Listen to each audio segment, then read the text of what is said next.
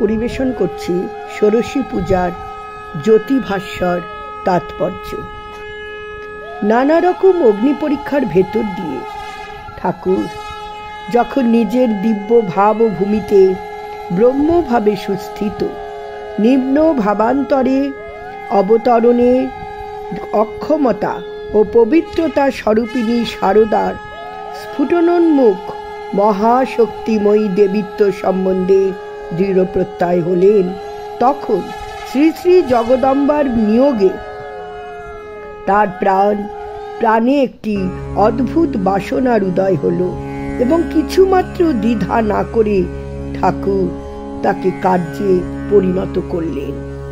ঠাকুরের এই অদ্ভুত বাসনার পূর্তি হল তার পরিণীতা ব্রহ্মচারিণী শারদাকে ত্রিপুর সুন্দরী ষোড়শী রূপে শাস্ত্রবিহিত ষোড়শোপচারে পূজা করে 5ই জুন 1872 খ্রিস্টাব্দে অমাবস্যার কৃষ্ণানিশায় ফলহারিণী কালিকা পূজা রাত্রিতে ঠাকুর শ্রী শারদাকে দেবীর আসনে অধিষ্ঠিতা করে এই অপূর্ব যে পূজাটি করেছিলেন, তাতে যেমন শ্রী মায়ের গুরুগম্ভীর মহিমা চিরতরে মন্দ্রিত হয়েছিল, অন্য কিছুতে তেমন বোধহয় হতে পারত না।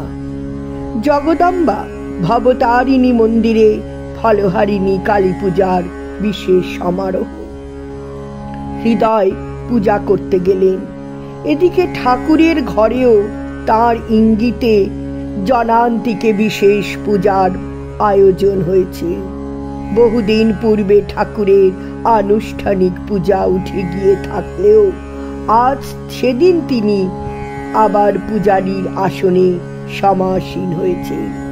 তার আহ্বানে শ্রী শারদা আলিম্পন ভূষিত দেবীর পীঠে অর্ধবাহ্য দশায় সমাসীনা। কলসের মন্ত্রপুত বাড়ি সিঞ্চনে যথাবিধানে শ্রীমাকে বারবার অভিষিক্ত করে মন্ত্র শ্রবণ করে ঠাকুর প্রার্থনা মন্ত্র উচ্চারণ করলেন। হে বালে, হে সর্বশক্তির অধীশ্বরী মাত ত্রিপুর সুন্দরী, সিদ্ধিদ্বার উন্মুক্ত করো। ইহার শরীর মনকে পবিত্র করে তাতে আবির্ভূতা হয়ে সর্বকল্যাণ সাধন করো। অতঃপর সাক্ষাৎ দেবী জ্ঞানে যথাবিধান অনুযায়ী ষোড়শোপচারে তার পূজা করে ঠাকুর ভোগ নৈবেদ্য নিবেদন করলেন ও স্বহস্তে দেবীর মুখে ভোগাংশ প্রদান করলেন। ভাবস্থা দেবী সে ভোগ গ্রহণান্তর সম্পূর্ণ সমাধিস্থা হলেন। অর্ধবাহ্য দশায় মন্ত্রোচ্চারণ করতে করতে ঠাকুরও সমাধিস্থ হলেন। দেবী সমাধিস্থা, পূজারী সমাধিস্থ। ভবতারিণী এক রূপে মন্দিরে পূজা গ্রহণ করলেন, অন্য রূপে শ্রীরামকৃষ্ণের প্রকোষ্ঠেও পূজা নিলেন। দেবীর যে যুগপথ দুই আবির্ভাব সে রাত্রিতে দক্ষিণেশ্বরে সংঘটিত হয়েছিল, সেই আবির্ভাবে চিরপ্রতিষ্ঠিতা হয়ে শ্যামা সুন্দরীর মেয়ে সারু রামচন্দ্রের দুহিতা শারদা হলেন। সকল জীবে চিরকালের শ্রীমা দেবী মানবী দেবী হলেন। ওই মহানিশার দ্বীপ্রহর গত হল। আত্মারাম শ্রী ঠাকুর পুনঃ অর্ধবাহ্য দশায় প্রত্যাবর্তন করে দেবীকে তখন আত্মনিবেদন করলেন। অনন্তর আপনার সহিত সাধনার ফল এবং জপের মালা প্রভৃতি সর্বস্ব শ্রী শ্রী দেবীর পাদপদ্মে চিরকালের নিমিত্ত বিসর্জন পূর্বক মন্ত্র উচ্চারণ করতে করতে তাকে প্রণাম করে বললেন, হে সর্বমঙ্গলের মঙ্গল স্বরূপে, হে সর্ব কর্ম নিষ্পন্নকারিণী, হে শরণদায়িনী ত্রিনয়নী শিব মোহিনী গৌরী, হে নারায়ণী, তোমাকে প্রণাম, তোমাকে প্রণাম। এই যে কার পূজা কে করলেন সে সম্বন্ধে পুঁথিতে লিখিত ছিল। মানা হলে মহাশক্তি, কার হেন গায় শক্তি, লইবেন শ্রীপজু প্রভুর পূজা।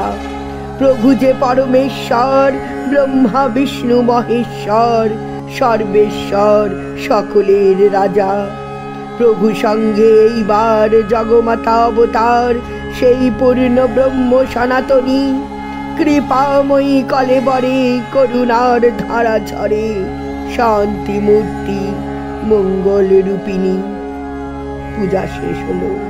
মূর্তিমতি বিদ্যা রূপিণী মানবের দেহ অবলম্বনে ঈশ্বরীর উপাসনা পূর্বক ঠাকুরের সাধনার পরিসমাপ্তি হলো। তার দেব মানবত্ব সর্বতোভাবে সম্পূর্ণতা লাভ করল।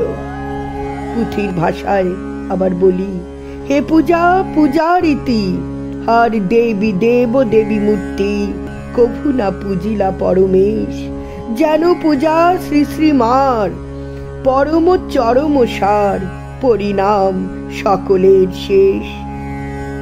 ওই মহারাত্রিতে মানুষের ধর্মের ইতিহাসে এমন একটি সার্থক বহুমুখী আধ্যাত্মিক সম্ভাবনা ভূয়িষ্ঠ সাধনযোগ্য ও সিদ্ধির অভিযান সূচিত হয়ে রইল, যে তার ফলশ্রুতি যুগ যুগান্তর ধরে অত্যাশ্চর্যভাবে ফলিত হতে থাকবে পৃথিবীর সর্বস্তরে। আজ পবিত্র এই ফলহারিণী কালী পূজার দিনে ষোড়শী পূজা তাৎপর্য সংক্ষেপে ব্যাখ্যা করলাম। তার সাথে শুনুন মায়ের একটি অনবদ্য গান শ্রীমতী সুতপা সেনের কণ্ঠে।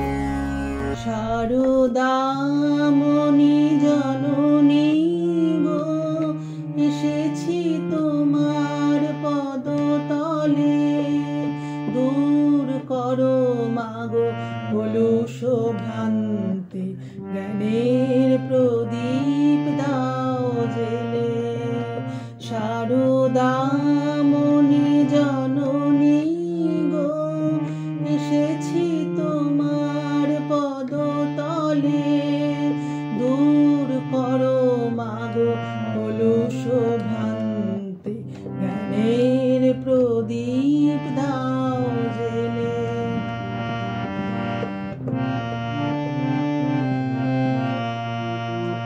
রাখাল শরণ লাটু বলরাম, নরে নরোত্তম,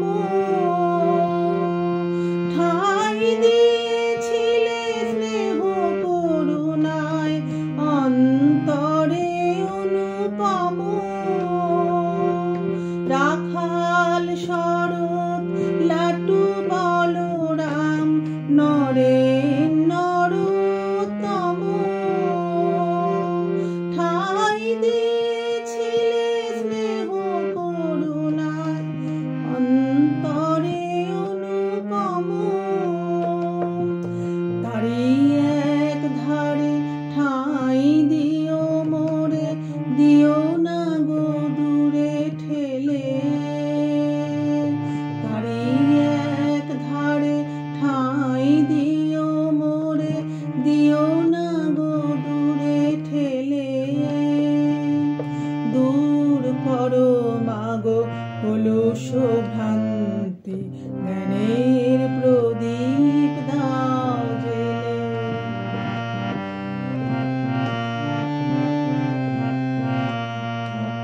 শ্রীরাম কৃষ্ণ সঙ্গ জননী, নও শুধু মাগো তুমি, তুমি ভগবতী তোমার আসন, তুমি যে তীর্থভূমি। শ্রীরাম কৃষ্ণ সঙ্গ জননী, নও শুধু মাগো তুমি, তুমি ভগবতী তোমার আসন,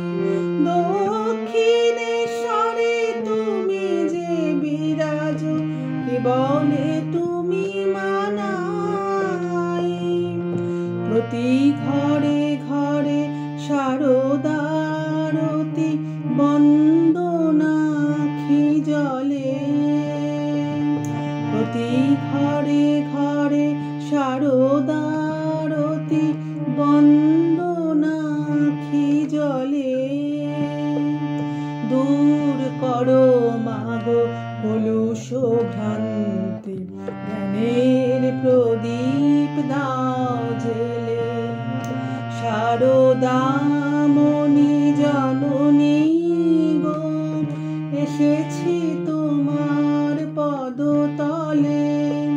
দূর করো মাগো কলুষ ভ্রান্তি,